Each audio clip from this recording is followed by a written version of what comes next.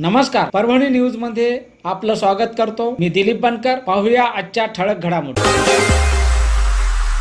जिल्हा परिषद आणि पंचायत समितीच्या ज्या निवडणुकांच्या या ठिकाणी इच्छुक उमेदवारांच्या मुलाखती चालू आहेत आणि त्यामध्ये सोनपेठ तालुक्यातील नरवाडी सर्कलमधून जिल्हा परिषदसाठी जे इच्छुक उमेदवार आहेत ते आज या ठिकाणी संपर्क कार्यालय भाजपाच्या या ठिकाणी त्यांनी मुलाखती दिलेल्या आहेत। आपल्यासोबत आहेत, काय सांगतात? मी रावसाहेब उमेदराव पांडोळे, राहणार नरवाडी तालुका सोनपेठ। नरवाडी जिल्हा परिषद सर्कलमध्ये मागच्या पाच वर्षाखाली मी जिल्हा परिषद शिवसेनेकडून लढवली होती।